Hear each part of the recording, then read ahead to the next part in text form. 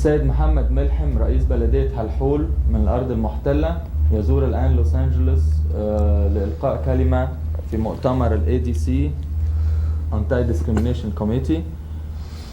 Mr. Mohammed Milhem, Mayor of Halhoul from the occupied territory, Palestine. We are going to ask him some questions about the situation in Palestine right now and what happened to you personally lately from the government of Israel.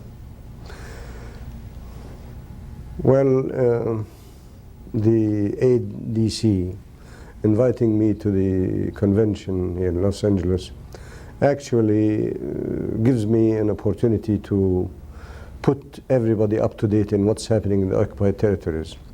And I have given a speech. I think some of our friends may pick copies of it. But briefly, what's happening in the occupied territories is an escalation of what has been happening every day or every year before. Especially in the present situation where everybody seems to be talking about what's happening in Lebanon, what's happening in Beirut, what's happening among the Palestinians and so on. The Israelis are pursuing a policy unprecedented before in confiscating land, in pitching settlements, in harassing people, implementing economic measures under which the Israelis and the Arabs are suffering, but the Arab suffering would be tremendous because there is no subsidies, because there are more taxes and so on. Now, the situation in the occupied territories, as one may know, if I take all the phases of life, for example, all our cities and towns have now non-Arab mayors, with the exception of very few of them. Israeli officers now run our municipalities. Imagine an Israeli officer is running the municipality of Hebron, for example, or of Nablus. Now, the only job for this appointed Israeli mayor is to facilitate the expropriation of land and building settlements, and also implementing rules and regulations that make life impossible for the people. In the same time, the Israelis have very recently, last week, closed for 2 months the University of Bethlehem. And some time ago they closed the University in Nablus. And last year they closed for 3 months the University of Beirut. They are passing regulations as regarding the education policy and system. For example, Rule 854, which is very famous, I think you have heard about it. It says that any teacher or anybody who wants to work for any institution, academic institution in the occupied territories, will have to sign a paper saying that the PLO is a terrorist organization or something of the kind. At the same time, the other schools and the teachers are subjected to other harassments. Everybody remembers the poisoning of the girls and boys in the different high schools in the West Bank, and the blackout that has been made on the results of an investigation. There is one thing I know, it has not been published, which is that the result of the poisoning was given by a laboratory in Sweden, you see, and it says very, very explicitly that, and it names the poison, I don't remember it, you see. It is a poison that is put in a bomb and then it's thrown. What? And anybody who breathes, who inhales this, you see, will develop cancer one day, you see. Now, the Israeli investigation committee, and I think there was an American investigation committee which went from Atlanta, I think, I don't know. I'm not sure about this, you see. They made a report in favor of the Israelis. So, other practices have been pursuing by the Israelis. The Israeli policy now is escalating, as I told you, because the whole world is busy now is busy with what's happening in Beirut, what happened to the Marines, what's happening to the Israelis in the last explosion, and so on.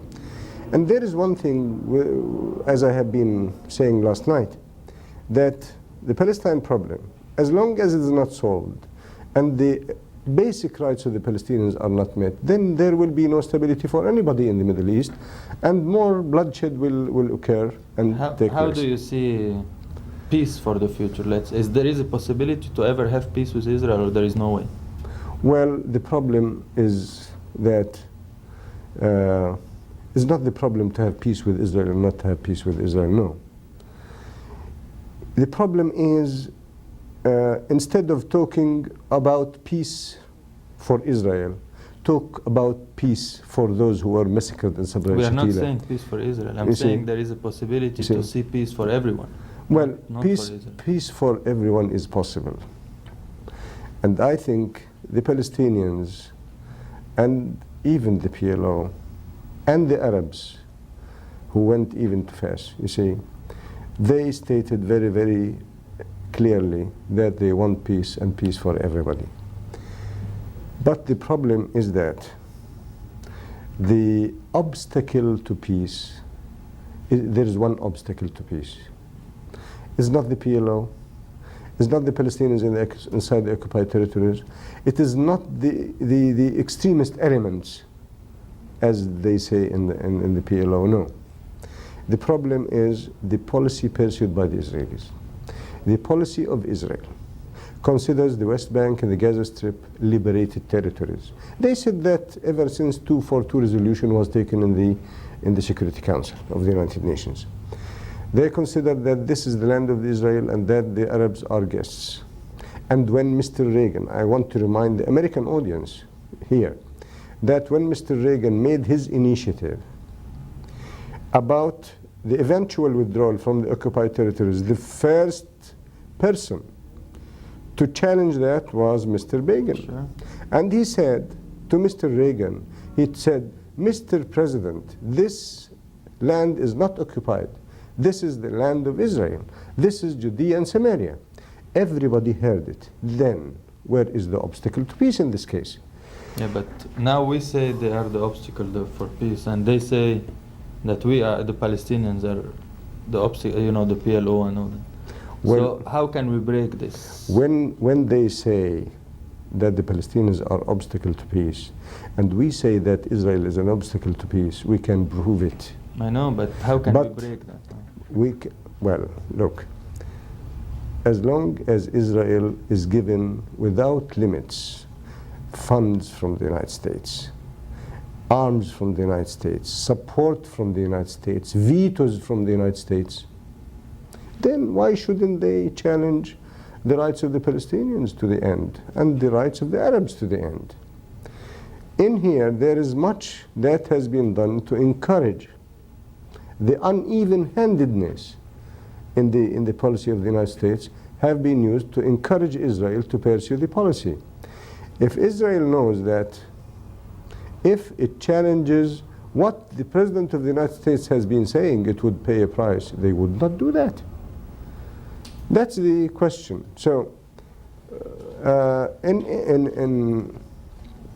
among the Palestinians, there are extremists, true, but the majority of the Palestinians, their rights and the way how to achieve it is very clear. They have said it. Right. They have said it in the United Nations. They have said it all over. I was expelled from the occupied territories, and I am elected. And I have always believed in coexistence. I have always believed in a solution of two states. And I have said it publicly, but they expelled me. So they are not willing to accept any voice among the Palestinians, even elected voices, who say that there can be coexistence and peace. Believe me, if I preached that Israel should be thrown into the sea, they would have kept me in the occupied territories just to use me as a model. Exactly. You see, and tell the world, look what the Palestinians are doing. Exactly. You see, this is what the Israeli attitude. And I have been to the Capitol Hill, I went to the Congress, to the Senate, to the State Department, I met Mr. Schultz and everybody, and they know what lies in my mind, what I have been doing, what I believe, what my constituency believes, you see. But it seems in this world, the first world is for the powerful, for the one who can send his jets to bomb and kill and massacre, you see. This is the world not of human rights. In this world, this is the world of the powerful, of tyrants, of tyranny. Tyranny only survives in this world, you see. So I think there should be something about it. As regarding myself, your question about my return, actually, I have been trying to return, which is my holy right. It's my right. I was born in my town. My people are there, still consider me the official mayor, the elected mayor, you see. Excuse me if I interrupt. You have an Israeli passport or an Palestinian? No, I have a Jordanian passport. Jordanian. I have a Jordanian. Palestinians in the West Bank have Jordanian passports. We use it for travel and so on. And we are aspiring, of course, as you may know, to a Palestinian passport. That's the question of the Palestinians. The question is identity and the passport. I have, as you may know, 3 United Nations Security Council resolutions in favor of my return.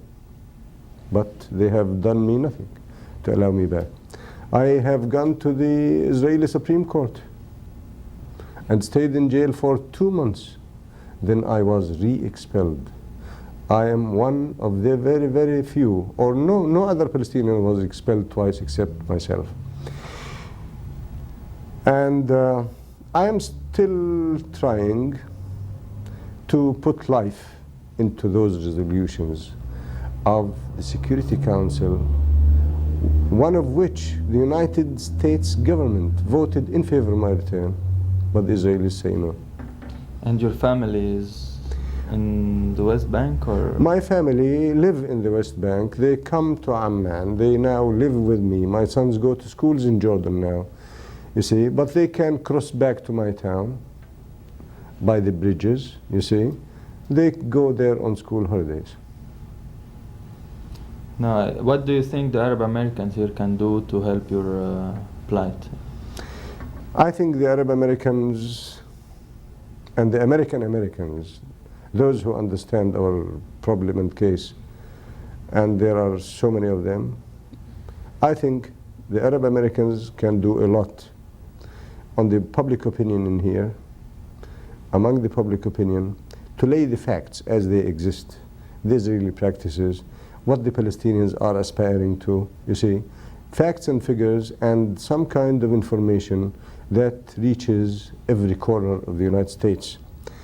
And I think the coming elections is a very important occasion when the Arab community here try to work on the elections and talk to the candidates and give them the facts about Israel and about the interests of the United States in the Middle East. How could that be preserved?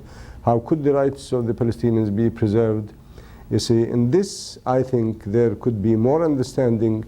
I know that the Arab community is able, financially they are able, they are qualified, they are educated, and I think the institutions, the organizations like the ADC and the other institutions, the Arab American institutions here, who have on their boards very qualified people, can do marvels in here, provided they organize themselves well, you see, and they try to be in every corner and in every place in the United States of America. Inshallah, and thank you very much. Inshallah. For meeting with us. Thank you. Thank you. Ahlan wa sahlan. Thank you. Please stay with us. كان في وقت نحكي كلمة. Okay, let me give you 5, 4, 3, 2. Mr. Mayor, always the Israelis say that the Palestinians are the obstacles and the Palestinians are saying that the Israelis are the obstacles. So how can we break this situation? Good.